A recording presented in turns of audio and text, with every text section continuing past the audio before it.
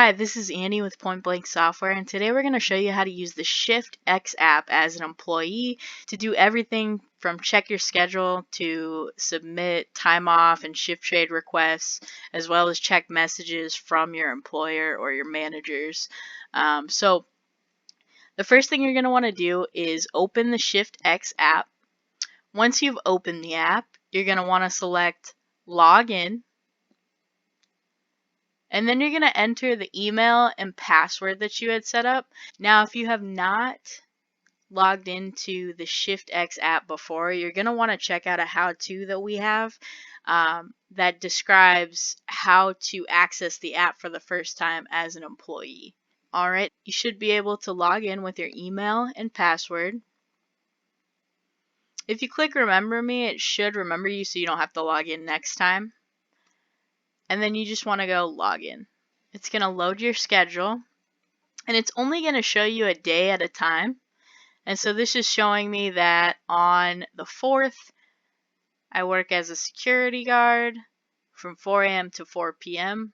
You can go ahead and click the arrows on either side to proceed through the rest of the week. So on the 5th, I have no shifts. On the 6th, I have another shift. On the 7th, I don't have any shifts. And if you want to see all employees that are scheduled, you can click this Show All button up here. And that'll show me everyone else who is scheduled. If I was on here, I'd be highlighted.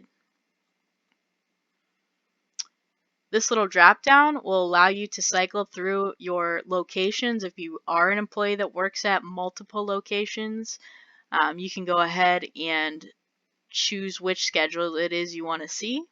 In the upper right hand corner, we have the main menu, so you can click on that.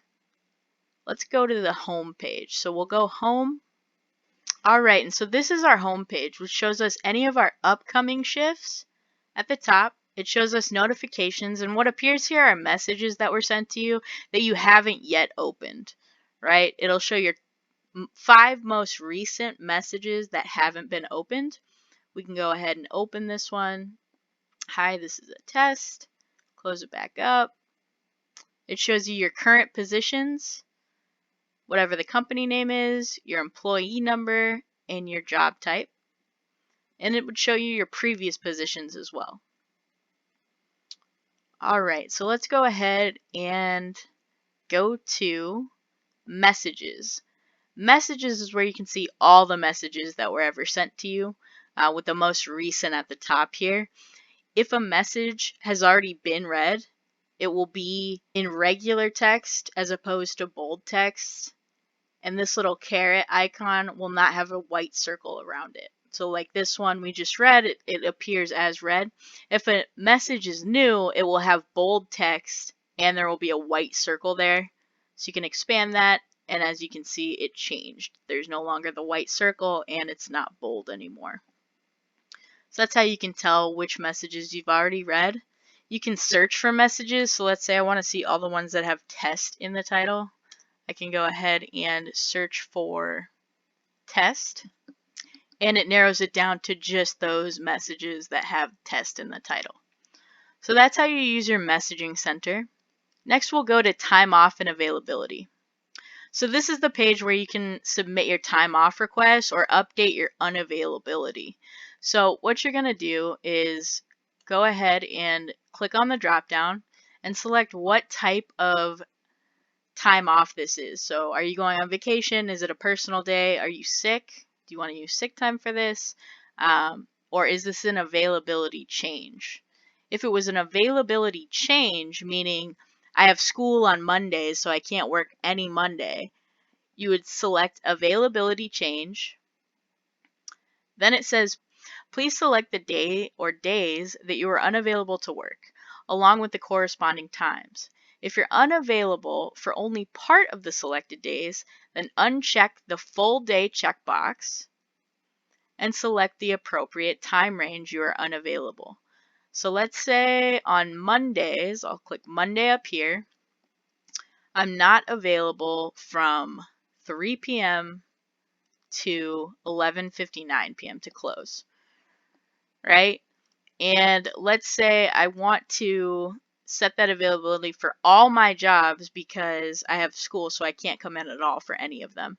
I can put a note such as school, and then just make sure this makes sense down here and is what you want it to be. So I'm saying I'm unavailable from 3 p.m. to close Mondays at all locations. If that's correct, go ahead and submit the time off request.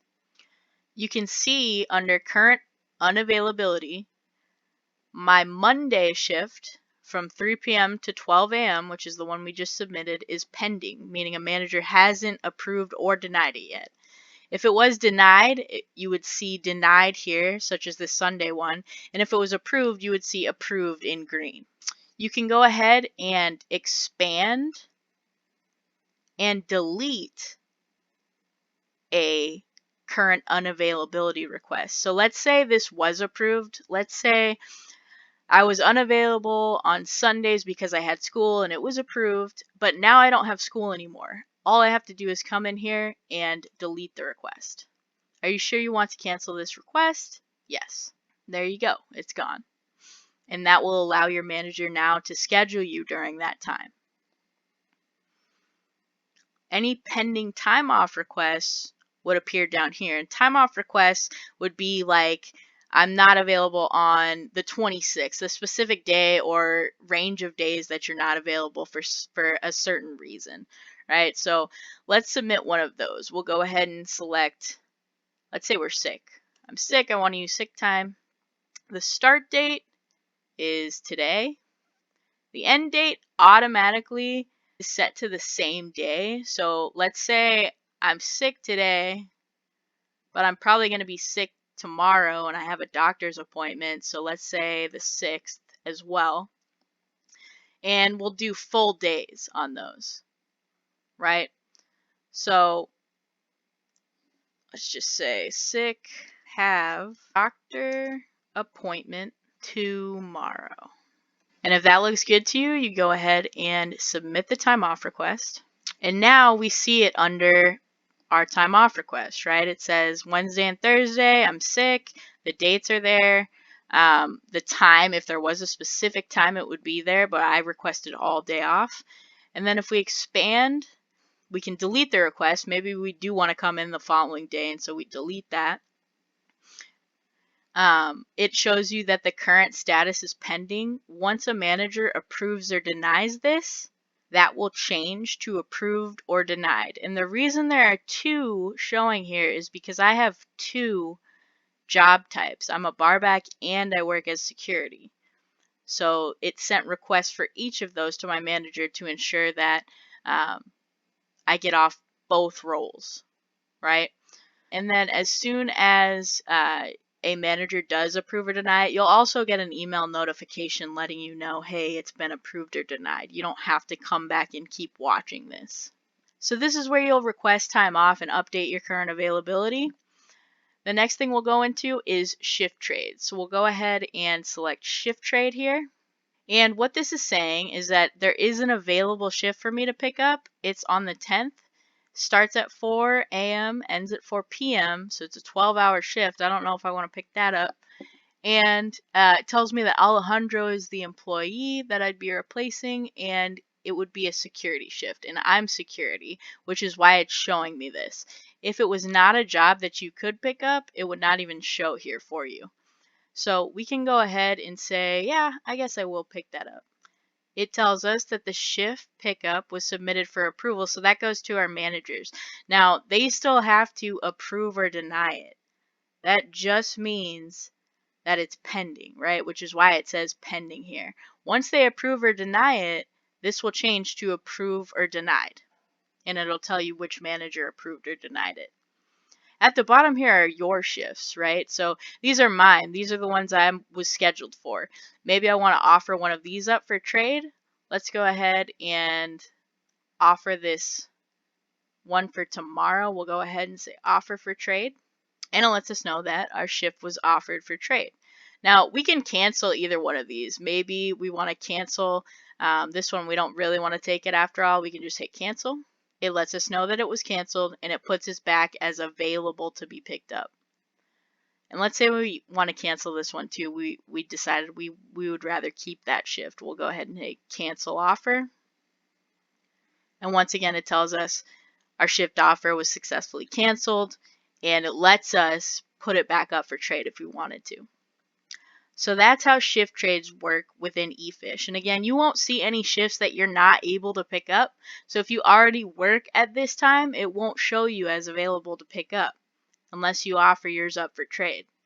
If you're not a security employee, then it won't let you pick this shift up. It won't show it to you as available. So this is only going to be those shifts that are actually available to you for your job type and that don't overlap with any of your current shifts. So that's pretty much it for shift trades. This next section is the help section, and it's going to have any how-to instructions that may be beneficial for you. So this is constantly being updated as things improve and change within eFish. So if you have questions about anything and you want to see if there is maybe an instruction or a video or something on that, you will want to check the help section there. At the bottom is a tab that you can expand upon with your own name. So go ahead and click on that, and that opens what we call the sub menu, which allows you to edit your account information and add a company link. Now, I'm not going to go into adding a company link because it's only needed in very, very rare situations. If you did need to do that, you would have to contact us at support@pointblanksoftware.com. However, edit account info is one you may use to update your password, for example, or your email address. So you can go ahead and click on that. If you wanted to update any of this information, you can just go ahead and update it there. If you want to change your password, you can go ahead and click this little edit icon, and it lets you know the parameters for the password. You can update your name, although I don't recommend doing that. And you can update your address as well. As soon as you're done updating any of the information, you want to be sure and click Save. Also under this sub menu is the ability to log out. So let's say for whatever reason, maybe you're getting rid of the phone and you just don't want to still be logged in on it, you can go ahead and click Log Out, and that will log you out of the app. And it'll let you know you're now logged out. If for any reason you actually need to contact Point Blank Software, the ShiftX creators, you can do that down here where it says Contact ShiftX. This will not contact your manager. It does not contact anyone related to your company or location.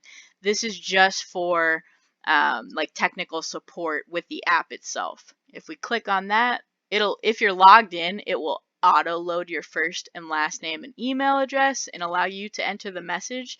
You just need to click on this "I'm not a robot" and submit.